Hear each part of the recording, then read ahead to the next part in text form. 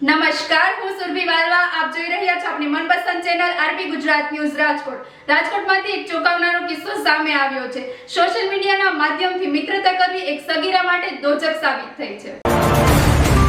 ધોરણ 6 માં અભ્યાસ કરતી સગીરા પર અટલ સરોવર નજીકના ફ્લેટમાં દુષ્કર્મ ગુજારવામાં આવ્યો હોવાનો મામલો સામે આવ્યો છે.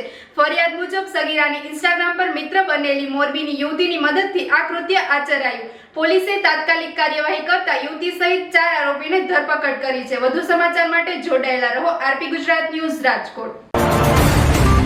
ભક્તિનગર પોલીસ સ્ટેશન ખાતે તારીખ 2/11/25 ના રોજ એક ફરિયાદ દાખલ થયેલી છે, જેમાં ફરિયાદીએ પોતાની દીકરી, જેની ઉંમર 13 વર્ષ 7 મહિનાની છે, તેની સાથે તેની એક ઇન્સ્ટાગ્રામથી મિત્ર થયેલી સમીનાબેન છે, તેની સાથે મિત્રતા થયેલી. મિત્રતાના આધારે સમીનાબેન તેના બોયફ્રેન્ડ ફેજાન છે, ફેજાન સાથે મળી અને એમને એક સતીશ વિજયભાઈ ગોહિલની એમને ઓળખાણ કરાવી પછી તેની સાથે મોકલી, જેથી આ સતીશ જે છે એને અટલ સરોવર પાસે લઈ ગયેલો અને તેની સાથે કંઈક દુષ્કર્મ આચરેલું.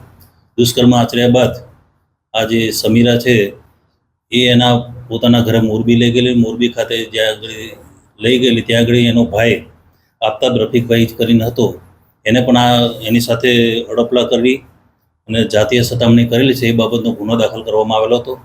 એ બાબતની તપાસ કરતા ભક્તિનગર પોલીસ અને પીઆઈ જાતે તપાસ કરતા હોય તેમના સ્ટાફ દ્વારા આરોપીને તાત્કાલિક ધરપકડ કરવામાં આવેલી છે અને 4 આરોપીની ધરપકડ કરી હાલ કાયદેસરની કાર્યવાહી કરેલ છે. કેટલા સમયથી સંપર્કમાં હતા અને ક્યારે બન્યું?